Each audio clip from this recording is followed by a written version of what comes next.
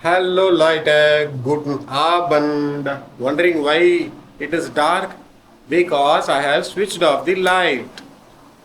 Hello and welcome. So, what can we learn today? What am I going to learn today, which I am going to share with you? So, it has been a very tired day. I had to do lots of work, and then evening was chill. The climate was very good. I had taken a couple of videos there, and it was raining continuously for 2 hours. So, and now it is time for sleeping. So, how do we tell? I know that when we go for bed, we tell Gute Nacht, which means good night. But how can we tell like I am going for sleeping? Actually, we have a different terminology of telling. Okay, when we tell I'm going for sleeping, what does it mean? It means I'm going into bed. Okay, doesn't mean that I will sleep the moment I hit the bed. I can sleep. I can take some time, 10 minutes, 20 minutes surfing or just closing my eyes and thinking, and then I can. We don't know the exact point when we will go to sleep. So all we can tell is I'm going to bed. We tell in English that I am going to hit the bed, right? So auf Deutsch das Bett, okay? Das Bett und ich. Okay, so I am going to bed.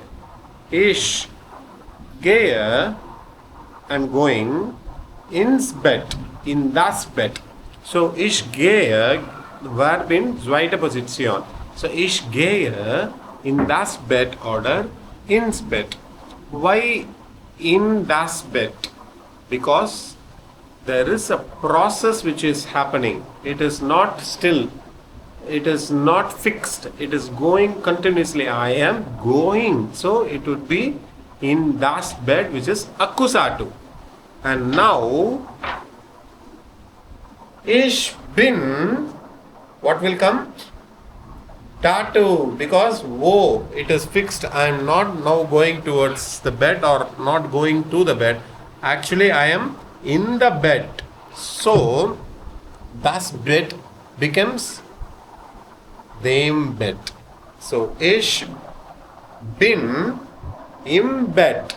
Ich bin im Bett. Oder ich bin in dem Bett. Ich bin in dem Bett oder im Bett.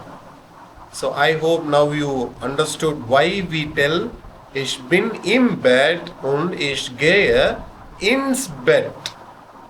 There we are using accusative and here we are using dative. Okay, too much of grammar. Ich bin im Bett schon. Ich bin schon im Bett. I am already in bed now. Also, bis zum nächsten Mal. Auf Wiedersehen. Tschüss.